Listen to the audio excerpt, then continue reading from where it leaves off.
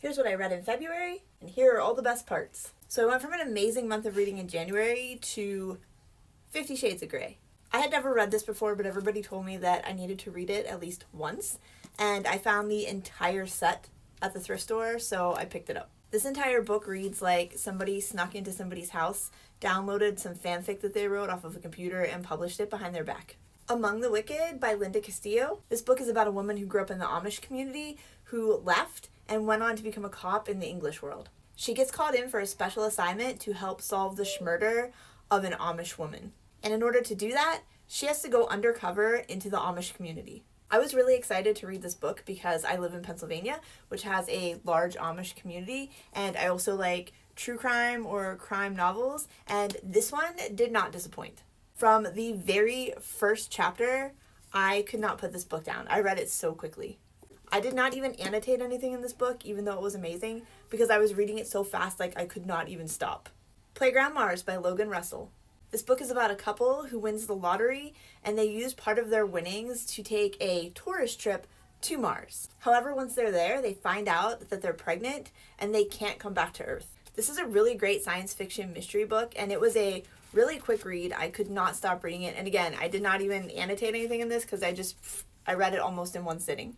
Before I Fall by Lauren Oliver. This book was crazy good. I saw the movie a long time ago when it came out, and I always wanted to read the book, and whenever this book crossed my path, I was like, now's the time to read it.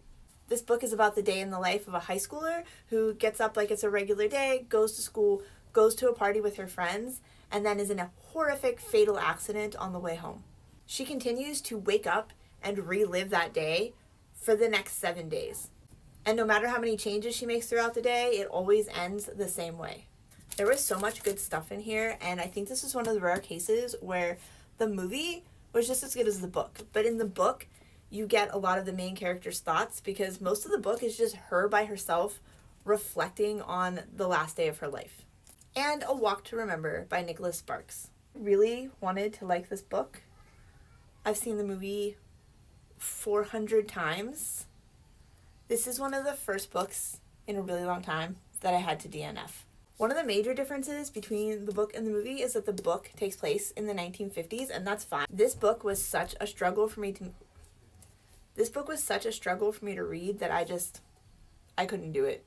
If I had to rank these, I would say the best one was Before I Fall, then Among the Wicked, Playground Mars, 50 Shades of Grey, and A Walk to Remember, which we have to include because I read part of it, but we'll take that off the list.